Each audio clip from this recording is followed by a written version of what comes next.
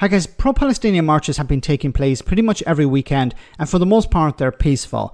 Now there have been a number of arrests, and these involve supporters of Palestine Action, which became a proscribed organisation by the British government there recently. Now a government minister was asked about people being arrested, even elderly people being arrested in support of Palestine Action, and well, she was being a bit hypocritical here. Have a listen. The right to peacefully protest in this country is a cornerstone of our democracy, and of course we respect that. But with regards to Palestine Action, they are a proscribed terrorist organisation, and their actions have not been peaceful. They have violently carried out criminal damage to RAF aircraft.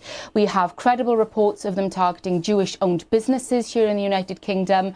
And there are other reasons of which we can't disclose because of national security. But they are a proscribed terrorist organisation, and anyone showing support for that terrorist organisation will feel the full force of the law.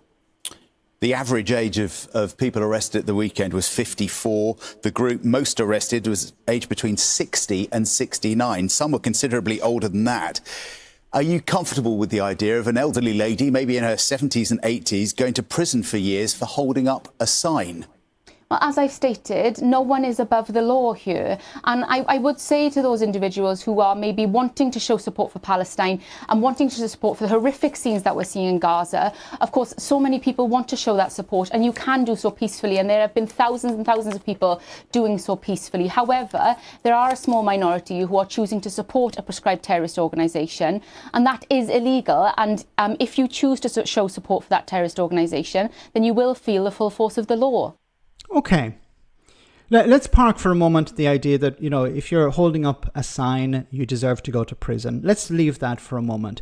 Now, let's get to the hypocrisy part. So she said here, if you support a proscribed organization, you will face the full force of the law. And people, I don't know whether they were released after, I don't know if they're actually going to go to prison, but potentially somebody could go to prison for being a member or a supporter, not even a member, but a supporter of a proscribed organization. So that's really important to understand.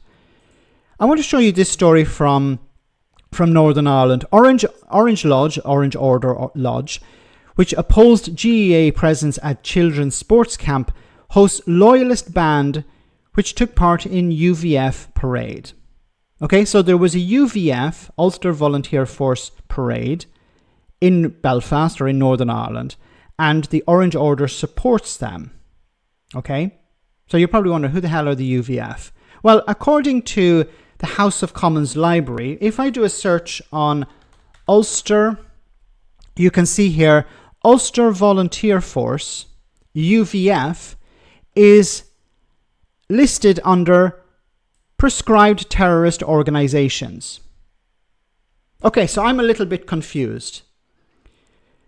The UVF, Ulster Volunteer Force, is a proscribed organisation, and recently, I don't know if you can see the date there, the 17th of July 2025, they were able to march in a parade hosted by the Orange Order.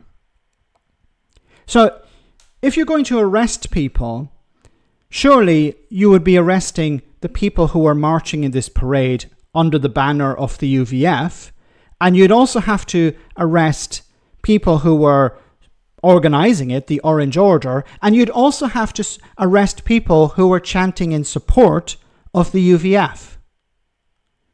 Can you imagine how many people were arrested from the UVF who are supporting the UVF, be it people marching or members of the Orange Lodge? Zero people were arrested for showing support for, according to the UK government, a proscribed organisation. But for example, when it comes to Palestine Action, if you hold up a sign in support of this proscribed organisation, you will be arrested.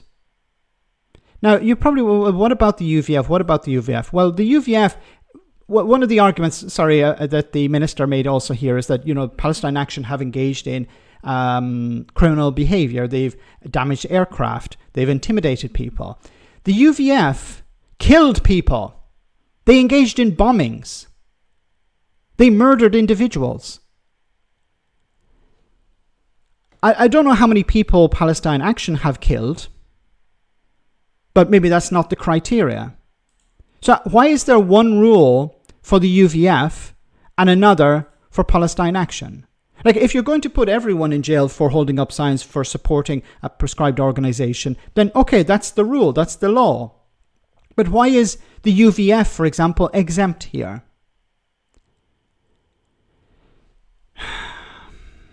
I honestly don't have an answer to this.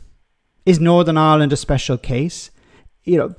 Organizations linked to loyalist paramilitaries have not gone away. Maybe the argument would be, well, they've gone away. No, they're not gone. They have not gone away. They're still active. They're involved in the drug trade. I talked recently how asylum seekers wanted to move into a community and the police told them they needed to negotiate with terrorists. They needed to negotiate with the local loyalist leadership.